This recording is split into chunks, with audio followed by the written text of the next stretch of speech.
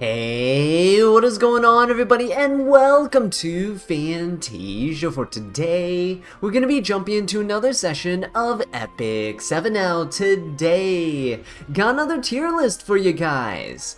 Now this is going to be for the ML5 Headhunt selector, where you can go ahead and grab the ML5 unit that you love the most, with a few exceptions. Now we're going to start with those exceptions right here. The first one that's not going to be available is going to be Ainz. Ainz was a limited collaboration unit, and so he is actually not available in the normal Moonlight 5-star pool, and he won't be available for this selector either. Now, when it comes to the units that you can pick, you can select any unit that's been released up to see Phantom Politis, but nothing after her release, which means things like Dragon Bride Senya, New Moon Luna, unfortunately for a lot of you guys out there, Empyrean Ilanov, Harseti, and the future unit to be released, Hellion Lua. So all 6 of these units are unavailable to select from this headhunt. So if you're re-rolling and re-rolling and re-rolling, you're like, why aren't these units showing up? Well, that's probably why. They're not actually going to be in the pool. Okay, so what I've done is I've selected a bunch of tiers here, and I've tried to make them kind of generic so that we can categorize these units in a way you can kind of fit your play styles in RTA. I didn't want to go specifically and make a tier list for Cleave because I'm not too versatile and knowledgeable about Cleave in general, but and I didn't want to make one for Standard and one for Takedown and all the other play styles. I'll be going over every single unit in detail when I drag them out and put them on the tier, but let's start with what the tiers mean. S doesn't actually stand for staple, but these are going to be units that are very staple picks, at least in the current meta. Right? Of course, this is only going to be putting the ML5 units in a tier list. There are a lot of other units in the game that are actually used in RTA, a ton, but of course, this is only for what you should maybe look into selecting if you don't have them yet and you want to be competitive in RTA. So S is for staple picks. A is for the versatile picks. These are going to be units that are pretty much useful in various situations, right? They're going to be good in different playstyles, or maybe they have different builds that you can utilize, or maybe they're just really specifically strong in this current meta, but they're not quite a staple pick. They're just a pretty good general unit to have.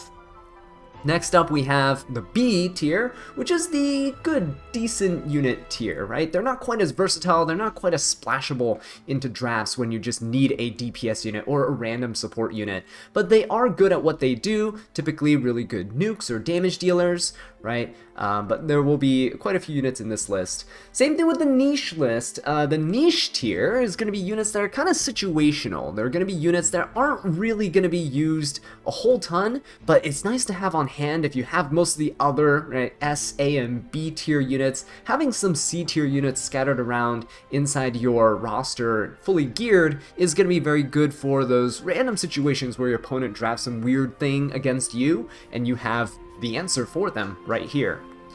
The D tier, unfortunately, is going to be the Waifu and Husbando tier. If you like the unit, that's wonderful, but they're probably not going to be very useful in RTA, at least in the current meta. I can say very confidently that we have way less Waifu and Husbando units than we did in the last tier list we made last year for the Headhunt event, which means that a lot more ML5s are viable in the current meta, which is good.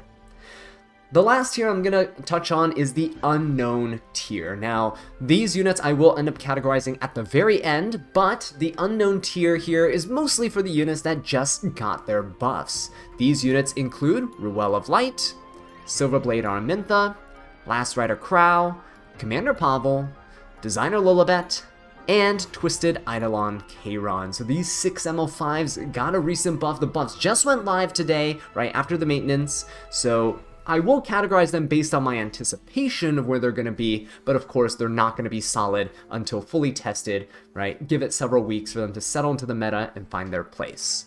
All right, now with this finally being said, let's go ahead and rank all of these ML5s. Starting off with the staple picks, you gotta have Zio. Zio, even after Harseti came out, is able to take first turn, right? His passive ability actually applies after Harseti's ability applies, which means he'll be going first regardless.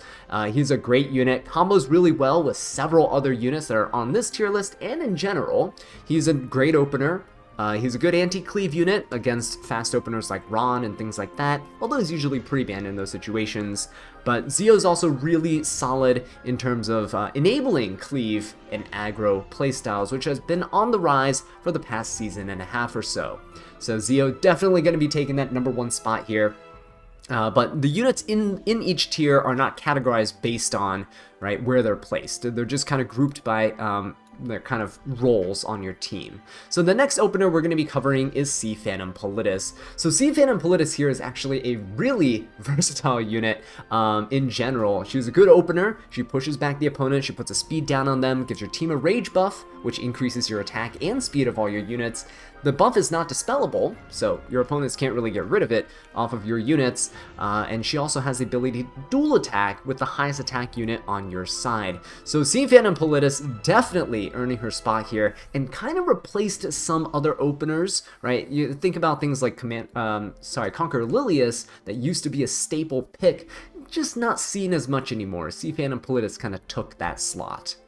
Alright, next up we have Briarwitch Iceria. Briarwitch Iceria is actually up here because she, after her EE, giving her 10 speed, is an absolute monster. So Briarwitch Iceria here has the passive ability to prevent reviving in general, which allows her to counter really prominent threats like Blood Moon Haste in the meta, and other units that could potentially revive with certain effects, right? She's very solid for that. She's also really good because she's a decently fast unit with a 10 speed EE. Most people that are using her as an opener have her around 290, 300 plus speed. And that's a really good speed threshold for her to go first because she has a soul burn that ignores resistance, puts a unbuffable on the opponent, and can potentially defense break too, right? So an AoE unbuffable and defense break on the entire team that can't be resisted is super, super strong. She enables so many different setups. You can also just use her as like a mid-speed unit, like 240, 250 speed, and she will deal good amounts of damage. She counters evasion as well, so not too shabby overall. Next up, we have Death Dealer Ray. You guys know this guy is an absolute menace to the meta, and he is a very staple pick for good reason, because sleep is very strong, and venoms that detonate into injury is also incredibly, incredibly powerful and oppressive because there is no counter to injury, at least not yet. So Death Dealer Ray is definitely earning his spot up here. You guys know he's basically a control master. Speaking of control, the next unit is going to be Ambitious Tywin. You guys see him all over the place now, and he is one of the best knights in the entire game. Popular builds include things like having a protection set, some people build him on speed set, some people build him super, super tanky, right, and just have him sit there and soak up damage, which is fine. But what you do have in his kit is a passive cleansing ability. When somebody attacks him, right, through any means, he'll cleanse 1 debuff off of everyone on your team. This can happen once per turn, but if you have him on a decent speed, 170 to 200 speed, he'll turn cycle enough so that you will be cleansing debuffs pretty regularly. His S3 is also insane because, like Briarwitch Iceria, he has a defense break on his kit as well as a stun, that's AoE, and both those debuffs are incredible. Ambitious Tywin, when he has a rage buff that you can get by dispelling whenever he dispels a debuff off of your teammates, he gives himself the rage buff for a turn, or you can combo him with Sea Phantom Politis, and Ambitious Tywin actually just ignores resistance whenever he has rage buffs. So think about Briarwitch, but a tankier version that mitigates incoming damage for your team. Super solid. Alright, next up, that's it for the staple tier right here. Only 5 units, so if you don't have these 5 units, you're considering getting involved in RTA, at least for higher level play, consider choosing one of these units. Now, I do have to keep in mind that some of these units are actually available through other means. For example, Death Dealer Ray is going to be available through the Moonlight Theater, through the second round of the Moonlight Selectors that we had. You get a first round Moonlight Selector that included things like Arbiter Vildred, Spectre Tenebrae, and those types of units. So that is when you start the game, and then later on, once you watch all the Moonlight Theaters, you can actually unlock things like Death Dealer Ray, Meteor Cower, Conquer Lilius, and so on and so forth. So make sure you do keep that in mind before choosing a unit here, because you don't want to end up in a situation where you're choosing a very subpar unit because you already picked them for this headhunt when you could have picked them much earlier. That's for the newer players out there. Alright, so next up we have Conqueror Lilia. She is going to be the first unit in the A tier, the versatile tier. So Conqueror Lilia's here is a decent opener. She's kind of fallen off a little bit because Emma Politis, New Moon Luna, and stuff like that are much more popular now, although New Moon Luna is not available for selection this time around. Conqueror Lilia's, though, still provides an undispellable Vigor buff. She dual attacks with a random ally in your team. She has a Provoke that you can Soulburn to be a 2-turn redirected Provoke, and it's very powerful. But Conqueror Lilia's does have the weakness of having an extra turn attached to her S3. And that's one of the reasons why New Moon Luna and Sea Phantom Politis are better than her right now, because she can't be countered by, those two units can't be countered by Bunny Dom, which is an ML4. And Conqueror Lilius does have that weakness. She also just randomly dual attacks with your allies, so more times than not, you're probably not going to be attacking with the DPS unit that you want. ML Politis is really good for forcing the highest attack unit, like a Navy Captain Landy on your side, to dual attack with her, so you're guaranteed tons of damage on your turn. Conqueror Lilius doesn't really have that, but she is still a pretty versatile unit, and a pretty solid one at that. Can fill in gaps for you, and she also has really high base speed, so she is a decent opener. You can easily build her 300 plus speed with the right gears.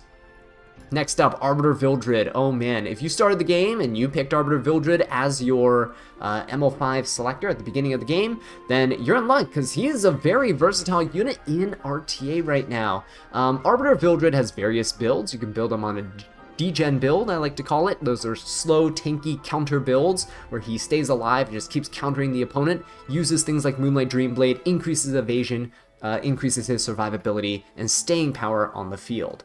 A lot of people now are actually going for Destruction Torrent builds or Triple Torrent builds with Arby. They build 0 speed on him, full damage nuke, and you can actually combo him with things like Dragon Bride Senya or even Harsetti to set up really easy cleaves.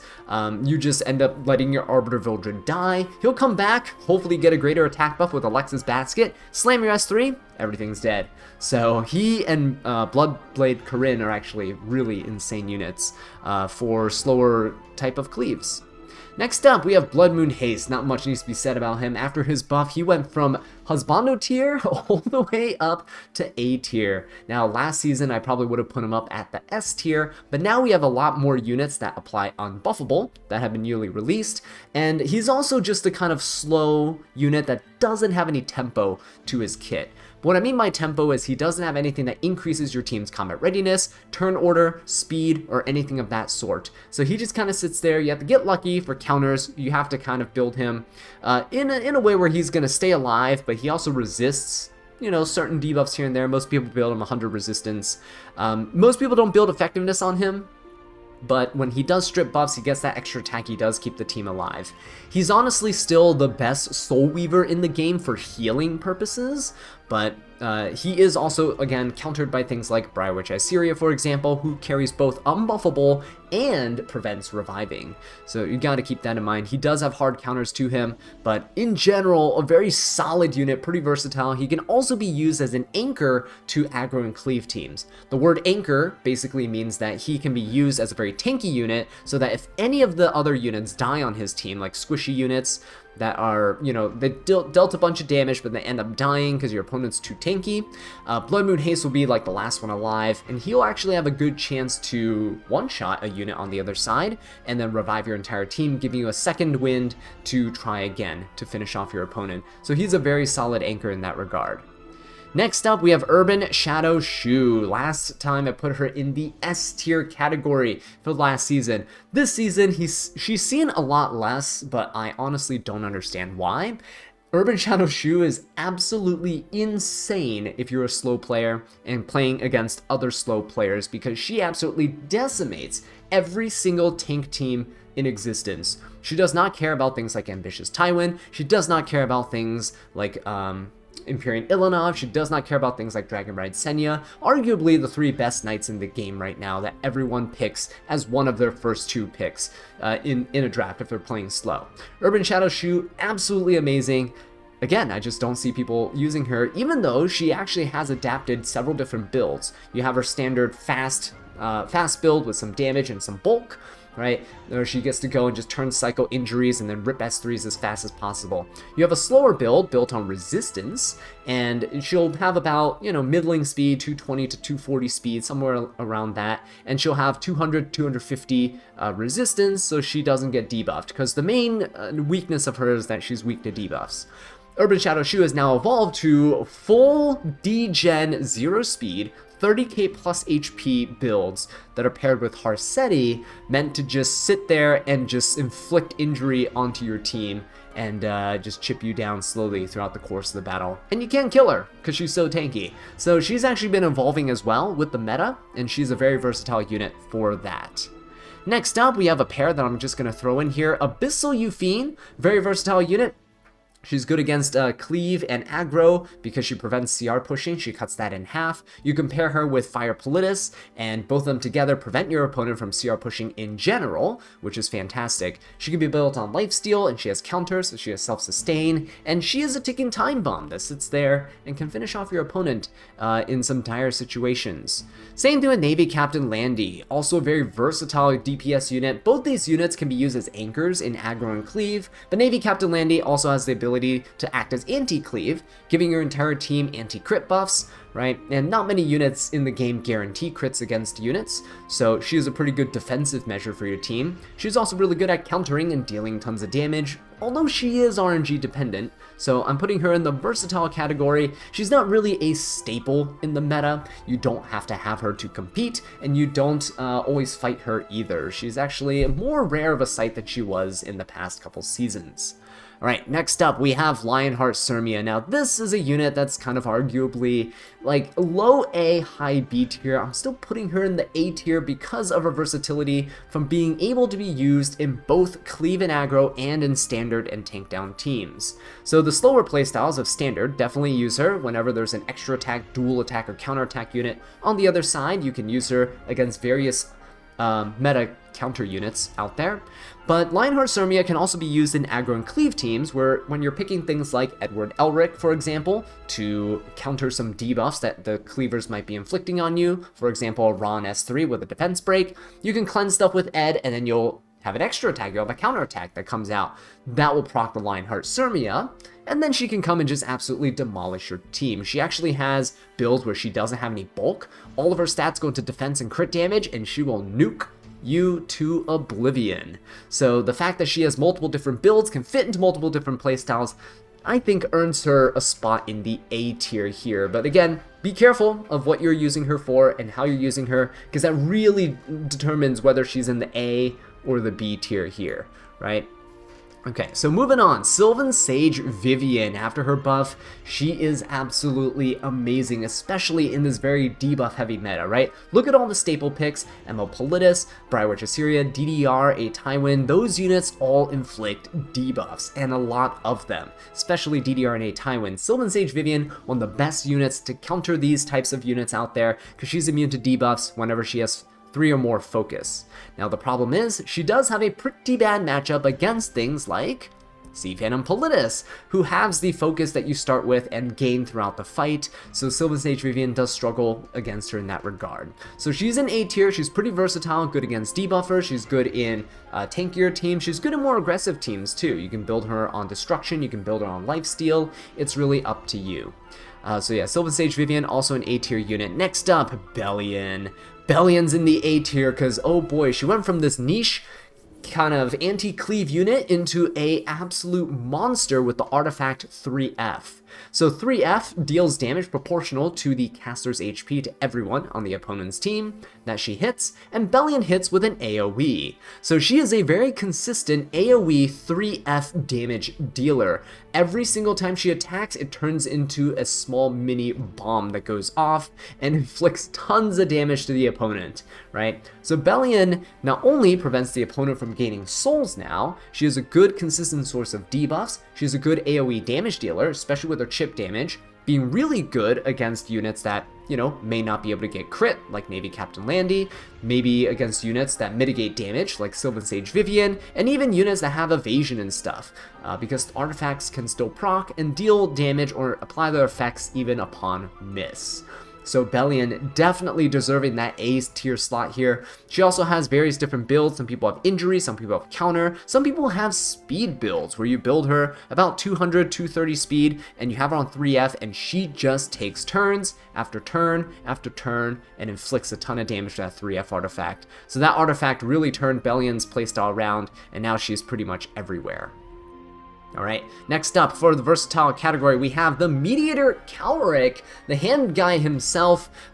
What a wonderful cleanser he is, and he's seen a rise in popularity as well due to the, well, exorbitant amount of debuffs that are out there, right? Even just ignoring the staple picks we have here, some units that are currently not available to get, such as Harsetti and Yumu Luna, also inflict very crippling debuffs for your team. Meteor Calric is not only a cleanser, but he's an immunity buffer as well. He's a good support unit by pushing up the combat readiness of your team, giving barriers, stripping buffs from the opponent, and even giving a team attack buff, which is very useful for dealing more damage yourself.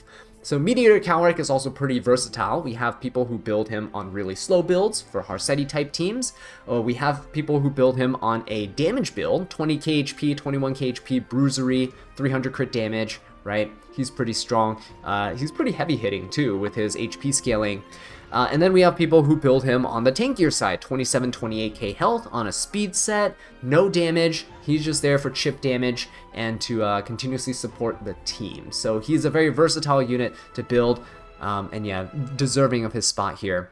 Next up, we have Dragon King Sharoon. This is a unit that people would think would be a very niche unit to have, but no, she is actually incredibly versatile, especially because if you check out the meta, if you're playing against tankier teams, or if you look at the S and A tier, we have a lot of Soul Weavers and Knights, right? Death Dealer Ray, Ambitious Tywin, Blood Moon Haste, Abyssal Yufine, Navy Captain Landy, Bellion, all these units, including, Empyrean Ilanov and Dragon Bride Senya, that are not available. Dragon King Sharoon can defense break those units. It's an AoE 100% chance defense break that can just decimate Soul Weavers and Knights. She also applies attack downs to other classes, but that's not as important. She's a pretty good counter into units that stun or sleep, for example, a Tywin and Death Dealer Ray. She is also a really good unit for pushing up your team with her S1, especially if you use something like Sacred Tree Branch, and she can stun on her S1 as well, which provides a bit of control utility to your side. So Dragon King Sharoon definitely deserving her spawn to A tier as well.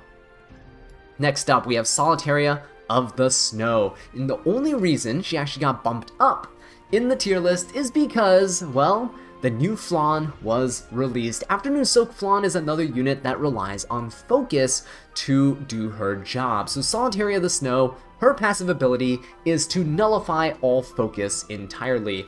As long as Solitaria is on the field, units cannot start with focus, they start with 0, and they cannot gain any throughout the fight. So she actually counters quite a few very prominent units. Aside from Afternoon Soak Flan, she also counters things like, well, Urban Shadow Shu, for example, who relies on focus quite a bit. Sylvan Sage Vivian, another really common unit to fight against debuffers, can't resist debuffs anymore, not with Solitaria on the field. Solitaria herself is a very powerful debuffer, and you can utilize her on various different artifacts like Abyssal Crown for stuns. You can build her on Fairy Tale for a Nightmare as well to deal chip damage, as well as be able to strip buffs off your opponent. So Solitaria, pretty good unit here. Some people right now are building her hybrid builds with like effectiveness and effect resistance. Most people that are using her right now are kind of stacking effectiveness really high to counter things that have really high effect resistance, right? So Solitarias nowadays have 200 to 250 effectiveness, and that's not unusual to see. Alright, so that is it for the A tier, the versatile category. We have a bunch of units in here that are useful throughout different playstyles, can be used in multiple playstyles at times, and also have various different builds to help you with whatever your teams might need or might be lacking. Now, next up we have the B tier. The B tier is going to include Eternal, sorry, I couldn't pronounce that, Eternal Wanderer Ludwig. So he's going to start things off here. Again, these units are in no particular order, but Eternal Wanderer Ludwig has definitely secured his spot as one of the strongest cleave units in the game. Now, this unit don't pick him unless you're trying to go for an aggro or cleave playstyle. If you play slow, you're pretty much never going to find a spot for him on your team. He's a very strong unit right now because of ban protection in the 3rd slot of the RTA draft phase, and you can lock him in and your opponents can't do anything about it. He's going to sit there and probably just nuke your entire team down. So in most teams that he's drafted in and protected in, the units that are opening up are units that you really can't speed contest. For example, Zeo or Ron. You have an Internal Wanderer Ludwig that's ban protected, and you can also open up with something like a Briarwitch Iceria that's really fast, 300 plus speed, in case your Ron is banned. In those cases, you'll always have access to a defense breaker, and likely you're carrying other soul users on your side, such as Zeo, who are going to be very useful for helping him soul burn and deal tons of damage. Speaking of mages that will help him soul burn, another really good asset to aggro and cleave is Requiem Rowana. So she's a mage and she can hold book, which is fantastic, as you know, all mages have that utility, but her ability is to strip 1 buff from your opponent when she has 3s. It's an AoE, and it increases their cooldowns by 1 turn. So if your opponent has any cleansers, any units that want to cut into your team's combat readiness bar and take the turn before you, they're still not going to be able to do anything besides their S1 skill. So Requiem Rowana pretty much shuts down a lot of units on your opponent's side that could potentially be used to screw you over in your attempt to cleave your opponent down. So Requiem Rowana also has the ability to deal chip damage with her S1, right? Splash damage with it. She also has Defense Breaker in her S1, which are very powerful in her kit. And in general, she will be taking the turn. As long as the person in the front line takes a turn, she will increase her combat readiness by 100% and take the turn right after them. So she is a very consistent unit, and if you're opening with a fast unit in the front, like Zeo for example, Requiem Rowana is guaranteed that first turn right after Zeo. And yeah, a fantastic partner for any type of cleave or aggro situation. But again, I must warn you guys, these units are pretty much only used if you play super fast and take the first turn, always. Alright, next up, we have Desert Jewel Bazaar. He's a little weird here, right? You might argue that he's in the niche category, but because of the rise in debuffs, right, he is still a pretty good unit for countering the exorbitant amount that's out there, right? Death Dealer Ray, Ambitious Tyrant, all that stuff. DJB here is actually pretty good because he can full cleanse the team. He CR pushes the team by 30%, and he grants immunity, just like Hand Guy does, just like Mediator Coweric over here, for 2 turns. Now, Mediator Coweric does not have a combat readiness boost, but Desert Jewel Bazaar typically has to be built with a ton of resistance, unlike Mediator Coweric. So Desert Jewel Bazaar is harder to gear, and because you're putting so much stats in resistance, you're not going to have as much bulk or survivability, so he does go down rather quickly. His S2 is also pretty useful right now, because a lot of tanky knights are using protection sets, or utilize barriers in some form to protect the team. For example, Dragon Bride Senya puts a big barrier in the backline and on herself whenever that unit in the backline falls below half health. So Desert Jewel Bazaar is a fantastic unit to barrier invert your opponents. He's still one of the 2 units in the entire game that has that skill, the other being Ning Ning, and she's never used anywhere. But Desert Jewel Bazaar is fantastic for that as well. Good amounts of chip damage, and he can also heal on his S1 with a chance to stun. Next up, we have Lone Crescent Bellona. So she's going to be the first slower damage dealer. It's going to be in this category. She's kind of fallen off from her peak in the previous seasons where Navy Captain Landy was running amok in every single match, and she was useful all the time. Now, she's still pretty useful into things like Navy Captain Landy, and she's also really useful into units like Harsetti, who again is not available for picking, but Harsetti's AoEs, constant AoEs, actually allow Lone Crescent Bellona to counter more frequently with her S2. Those extra attacks, if she's on Sigurd's Scythe, allows her to heal back a lot of health and keep her in the match. She's a very hard-hitting DPS, and she always guarantees crits as long as she lands the hit. So she's one of the few units that can counter some of the anti-crit shenanigans that are out there. Still a very solid unit to have. Next up, Spectre Tenebria. So Spectre Tenebria is actually much better than she once was because of her EE that she got, that allows her to stack her attack and defense with every hit that she does instead of every unit that dies. It can stack up to 5 times, it stacks up rather quickly, and the impact is pretty noticeable. The defense and attack percentages add up quickly, increasing her damage as the fight goes on, and increasing her survivability as the matches drag out for more rounds. So Spectre Tenebria earning her spot here because there are some times where you fight your opponent and they don't really have an AoE damage dealer, so Spectre Tenebria is fantastic for just sitting there in the back line and chipping away at your opponent. If you build her on Destruction set, she'll nuke your opponents into oblivion. If you build her on Lifesteal set, she's going to be good at sustaining through longer fights. Alright, next up we have the niche category. So the niche category here is going to be units that are, again, a bit more situational. Maybe they can't shine as much as others due to something holding them back. And that's definitely the case here with our first unit, my favorite unit in the entire game, Faithless Litica. So Faithless Litica is going to be a niche unit because although she has a very powerful kit, full reset on her S3, S2 that strips buffs, that can push herself up to take extra turns, her S3 also pushes up her entire team, right? The problem with her is that she has low base speed, and that low base speed really hurts her viability. If she was fast, like Conqueror Lilius, if she was fast like ML5 then it would be much better, right? Or if she had an EE like Briarwitch Iceria that increased her speed, she would definitely be way more versatile than she currently is. I'd actually probably bump her up into an A tier if she had a plus 10 speed EE. Now, Faithless Litica right now is a pretty niche unit, and she is pretty decent against units that might want their skill cooldowns. So for example, into Abyssal Euphine, you can actually full reset her. So even if she has full fighting spirit, she can't ever press S3 and go into her trauma state. You can also full reset units like Azallea, so she can't reset her team, and she won't have access to her S3 for quite a while too. Right? Faithless Litica, pretty decent, again, just her speed holding her back. Thankfully, though, you can put her on Guiding Light, so she doesn't have to worry about Zeo potentially contesting her, but a lot of units like ML5, even C. Lilius over here, having AoE strip, right, with their skill 3s that can strip her stealth, push her out of stealth, and then make her very vulnerable. So something's holding her back there.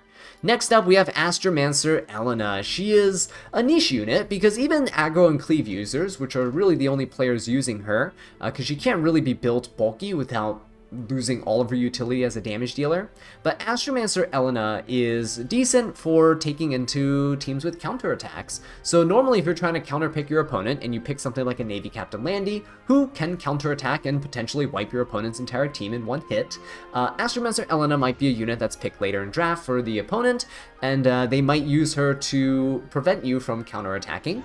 But we also now have the Great Mortelix around, who might be taking her spot very soon. If he is a very versatile unit, like I think he might be, then Astromancer Elena will probably lose her spot to that, even in aggro and cleave teams, because apparently the Great Mortelix can do quite a bit of damage to high HP units.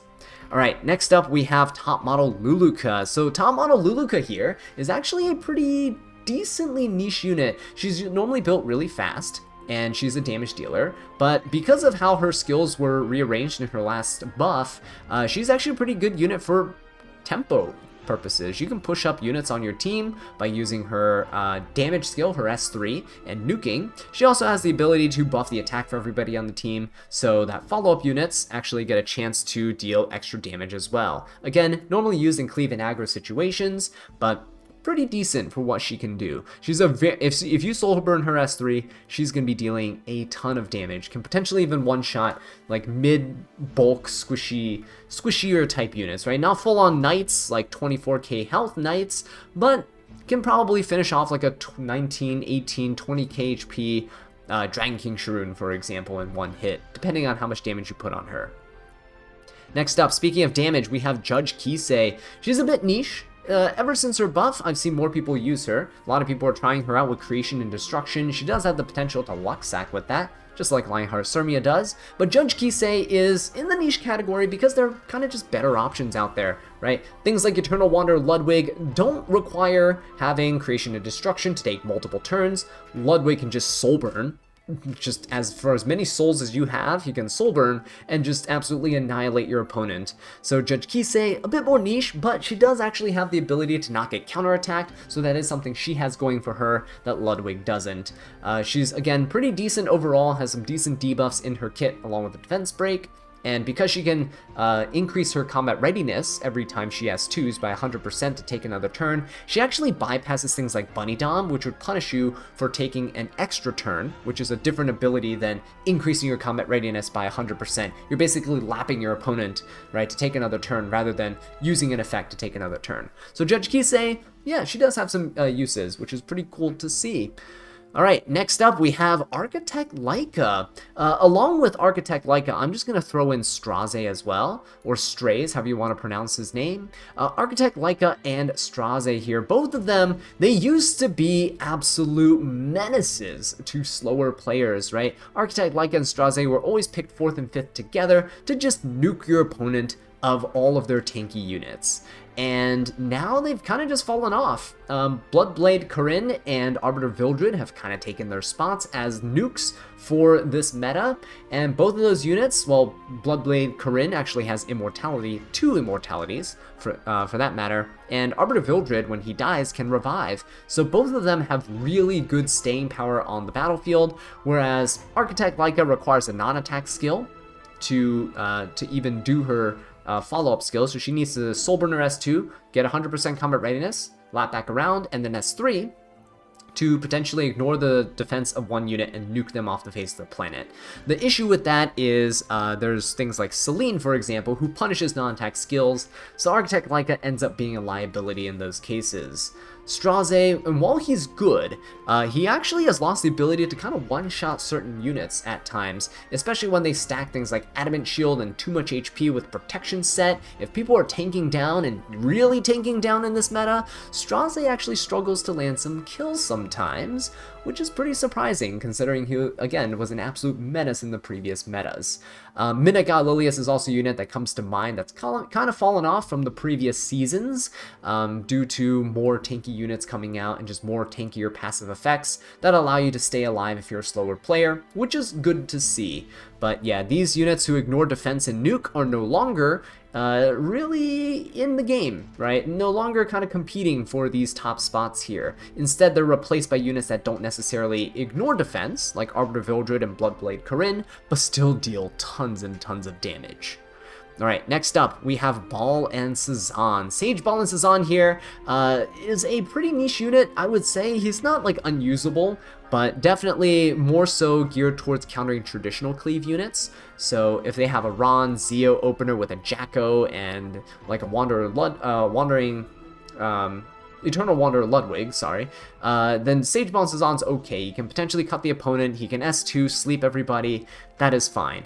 The issue with him is that with newer forms of cleave, things like Harsetti taking the first turn, Harsetti prevents people from gaining combat readiness when she's taking a turn, so Sage Ball can't really cut to go after Harsetti, which is an issue. So he's kind of in a weird position where he's good against the playstyle of like aggro and cleave, but not into all forms of aggro and cleave. So he's still pretty niche in that regard. Next up, we have the classic APOC Ravi here. So APOC Ravi is in the niche category. She's, I wouldn't say as good as something like a Lone Crescent Bellona, for example, into taking into fights, and she's not as versatile as things like Lionheart Sirmia, but she's still good in that she is a consistent damage dealer. She has good abilities overall. She has a revive in her S3, she has injury on her S1, and that injury part is the main thing. Against so many HP scaling knights, and a lot of knights that don't deal that much damage, in general, Apocalypse Ravi can actually be a pretty good unit to counter things like Empyrean Ilanov, to counter things like Dragon Bride Senya, and even in some cases, if you have the right cleansers, into things like Ambitious Tywin, because those units don't really carry too many, they don't carry too much damage on them. Same thing with things like Blood Moon Haste, and you can chip them down, and most of them are HP scaling units, so if you chip down their HP, they're not really going to be dealing that much damage back. right? Especially because you're injuring them in the process, making them easier to kill for your S3 later on. So Apocalypse Ravi, in the niche category, you can argue she might be good, but I'd say that ML Shu is way better if you're just trying to apply injury. Apocalypse Ravi is pretty bulky though, and she does have some self-healing and sustain. Alright, next up we have the Martial Artist Ken. ML Ken here. So he was actually one of the very popular units to use to counter things like Navy Captain Landy and Abyssal Yufine, but because those two units have seen a decline in use in this current season, I would say Martial Artist Ken also sees a decline in use. People have been kind of using him like here and there when he first got his buff, and then after a few weeks his uses kind of just dropped off. He's very niche, but he's still very good at what he does. He just is not going to be useful everywhere, right? He's good into things like AoE teams. For example, if there's a Bellion on the other side that's built with crit, he needs to be crit to be able to counter, by the way. He has a low chance to counter without crits, but don't rely on that for consistent damage. But against like 100% AoE damage dealers like Bellion or Abyssal Yufine, then he's pretty decent. He also guarantees crits, so that's one of the reasons why he's good against Navy Captain Landy. But because he counters such a small demographic of units, he's going to be pretty niche. Next up, Dark Corvus. Dark Corvus, he can still work. The issue is injury is so prevalent in the meta right now that he's going to struggle. Okay, he's still really strong in Guild Wars, so if you're using him for Guild Wars, he's still one of the Guild War kings, best of all time. But Dark Corvus and RTA, it really depends. If you're going up against a lot of AoE damage dealers that don't have injury, for example, maybe there's a Solitary on the other side debuffing you, there's a Abyssal Yufine or a Navy Captain Landy that keeps countering, salvoing, right, doing their AoE hits, then Dark Corvus could actually be pretty good in those situations because he can nuke them with an S3 and apply Extinction, and then they'll be gone forever, so no Holy Sacrifice shenanigans from things like Abyssal Yufine per se. But he is difficult to pull off, and I imagine if you pick him as your selector, you're probably not going to use him all that much, so do keep that in mind. Next up, we have Spirit Eye Celine. So Spirit Eye Celine is going to be in this kind of niche category because she is good in certain matchups. Much like Dark Corvus, it's going to be in a very weird situation. Like ML Ken, she's going to counter whenever she's crit, so you're not really going to be using Spirit Eye Celine into low damage units like a Tywin, for example, who's going to chip away at you, doesn't have crit built. And yeah, she has a pretty big weakness to that. She also has a pretty big weakness to any units that have multiple attacks in their kit. For example, Navy Captain Landy can counter and then salvo you, and then other units might have follow-up attacks or extra attacks. Like for example, ML Bologna might have an S2 extra attack that can come in and chip away at you, and you have units that can hit multiple times or have splash damage.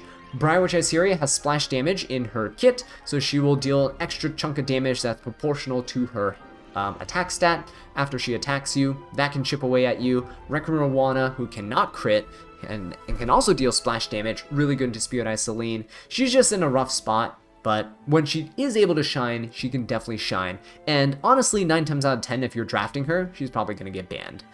Alright, next up, we have Remnant Violet. It's weird to see a damage dealer as solid as Remnant Violet here in the niche category, but I will say he does have his merits going for him. He has the ability to be built very versatile, he can be built very fast, he can be built on lifesteal and tanky, but the main purpose of him, regardless of how you build him, is he's basically just gonna nuke down one of your opponents. That's his only goal. His entire kit is revolved around dealing damage, and more damage.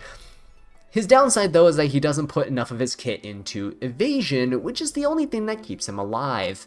Regardless of how you build him, he's normally too squishy to survive a hit from some of these top damage dealers over here, so if he accidentally decides to not evade and he gets crit, he's dead.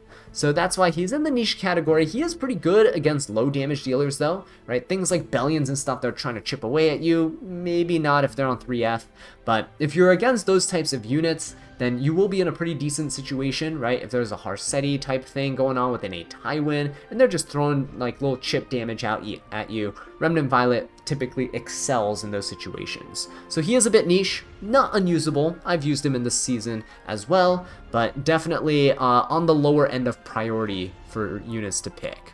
Same thing with Specimen Says. Now he just got an EE that allows him to ignore defense of any units who are asleep as well, But that doesn't change the fact that he's niche. He's just better at his niche than he was before. He used to only be able to ignore the defense of the units he attacks with the S3 if they were stunned. But stun and sleep, because sleep is more prevalent in the meta right now, makes him more versatile, right? Death Dealer Ray being the primary sleep user in this meta. But yeah, Specimen says, not too bad. I would say between him and Remnant Violet, I would argue that Specimen Says might actually be a bit better than Remnant Violet, just because he carries an S2 that actually does damage. It's an AoE hit, and if your opponent tries to seal Specimen Says, they actually can't seal away his evasion, because it's tied to the cooldown of his S3. Alright, next up, we also have Maid Chloe, last but not least for the niche category here. So Maid Chloe is pretty interesting case. I put her in the niche category because people who use Maid, and Maid Chloe teams actually have a lot of cool tools at their disposal, including things like Empyrean Ilanov, who has Team Imprint for resistance. Even things like Harsetti is pretty cool with Maid Chloe, with super resist teams that are built out there. A lot of people who build Maid Chloe build their entire accounts around Maid Chloe, so they build a lot of effect resistance on everybody. And Maid Chloe, with Shamadra Staff as an artifact and her own passive, gives an extra 40% resistance to everyone on the entire team. So you can build a team of 200 plus resist units fairly easily with just a single maid, and that's why she is here. But other than that, let's go ahead and jump into the last tier, the Waifu and Husbando tier. I'm just going to throw them all in here. Fallen Cecilia, Archdemon Shadow, Operator Sigret, Closer Charles, Pirate Captain Flan, and Little Queen Charlotte. So Fallen Cecilia hasn't seen a buff ever, and so she's kind of just fallen off. There's so many better knights to use aside from her. There's really no use picking her at all. If you want her passive ability effect, you can use the artifact Rise of a Monarch, and that artifact actually has seen some use on things like Empyrean Ilanov, but Empyrean Ilanov has way more abilities than Fallen Cecilia does, so yeah. Fallen Cecilia, not really a good option to go for. Archdemon Shadow is basically a way worse knockwall. If you wanted an Archdemon Shadow that's slow and bulky and tanky, then just build a slow, bulky, and tanky knockwall, and she'll probably deal the same amount of damage and give you way more utility with faster turn cycling and more consistent debuffs. Operator Sigret, unfortunately, with Empyrean Ilanov here, defense penetration, not really a thing. Operator Sigret also just doesn't have the damage to really penetrate the bulk that a lot of these units have. The most common way to find barriers in the meta, because Operator Sigret punishes units with barriers, is units with Protection Set. But if someone's using Protection Set, you can guarantee that they're tanking down, and Operator Sigret's probably not getting any kills. Next up, we have Closer Charles. Unfortunately, he's kind of just kept on falling in the tiers. Last time I think he was niche. But now Closer Charles, I think, might take a back seat to Ice Says, who has better survivability than he does, and pretty much does the same job as him, but I think a little bit better. Says actually has a lot of killing power and a lot of damage potential. Next up, we have Pirate Captain Flan. Unfortunately, she did not get the buff that she deserved in the last balance patch before the current one that dropped today, and so Pirate Captain Flan really hasn't seen any use. You might see her occasionally pop up here and there, but overall, just pales in comparison to, let's say, for example, Summertime Assyria, who can now, with her EE, basically do exactly what Pirate Captain Flan does, but a little bit more, with applying bombs to everyone on the opponent's side.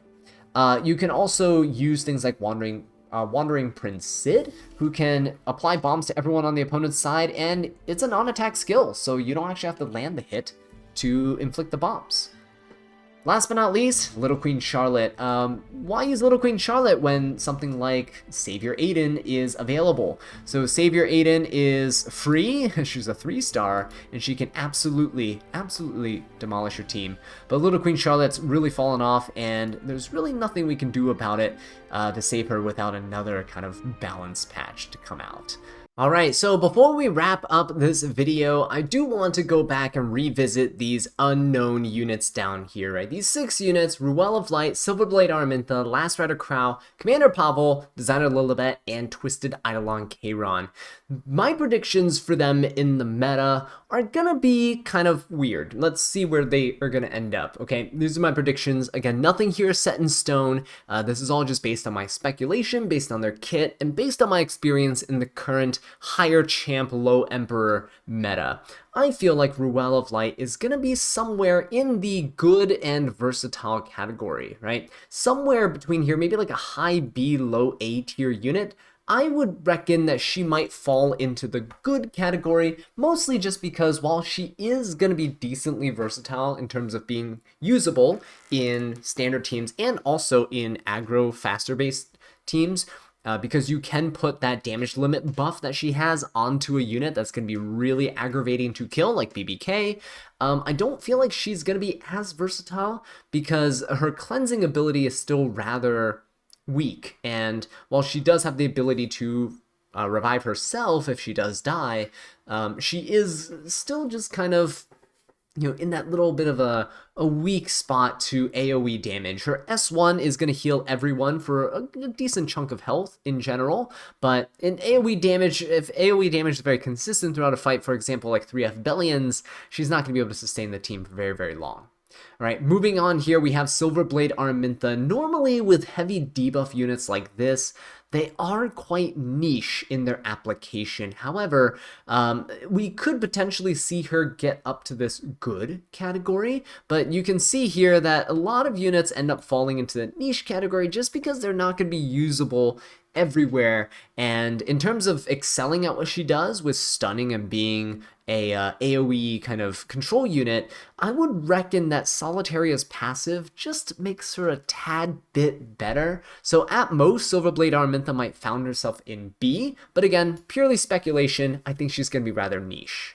Next up, Last Rider Crow. I can already see Last Rider Crow paired up with Laya being able to reduce the cooldown duration of your units while being a buff tanky unit on your side that can penetrate defense and deal tons of damage to the opponent, and giving your team an immunity buff and giving your team barriers against AoE damage dealers. Last Rider Crow is going to be a fantastic option for a lot of teams, especially on the tankier side of things, right? With so much AoE damage coming out from things like Abyssal Euphine, Sylvan Sage Vivian, Bellion, and even extra attack things like, you know, Bologna's S2 and Solitaria's follow-up attack with their S1, I think Last Rider Crow is going to earn his spot here relatively quickly. But again, purely speculation. Commander Pavel, I feel like, is still going to end up in the niche category. He just got a damage boost, and unless your damage boost is one-shotting everything on the map, Eternal Wanderer Ludwig is still probably going to be better, so I'm still going to put him under the Ludwig just because of that. Next up, we have Designer Lilibet. She's able to deal more damage now with defense penetration in her kit, so that is pretty good, and the fact that she gives herself immunity after she cleanses makes it so that she actually might be a pretty good counter into Death Dealer Ray, and she can't be controlled immediately afterwards. Same thing with a Tywin, right? If you debuff her enough and she cleanses, you can always just put her to sleep with Death Dealer Ray, or just provoke her with something like an a Tywin, and she's not going to be as good. But now if she can deal damage, and she can be a consistent cleanser, and she protects herself from further debuffs, I think she's going to earn herself on the A slot right here, if not the lowest being B. But I'm pretty confident in that she will be used, right? Twisted Eidolon Kairon is one of those units I really don't know. I feel like at the most he's going to be niche. I don't know if he's going to end up in the good category. It really depends on if the meta shifts. Right now it's a very tanky meta, and not a lot of units are very squishy. Squishy units now have a lot of damage. So if Kairon is against squishy units, his team's probably going to end up dying before he gets to pop off his skill. But hey, he could be a decent comeback unit at times, but I think he is good into things like Spectre Tenebria, for example. Units that are kind of slow, don't really have tempo, but they also just rely on being squishier because they're an attack scaling unit. He's going to excel against those types of matchups, but yeah, we'll just have to see how things play out. Those will be my placements for those 6 units. But with that being said, though, guys, thank you all so much for watching this video. I really do appreciate it. I'm going to go ahead and show the names of all these units and do a little slow scroll down so you guys can see one last summary of the tier list. So thank you all so much for watching, and I'll catch you in the next one. Take care.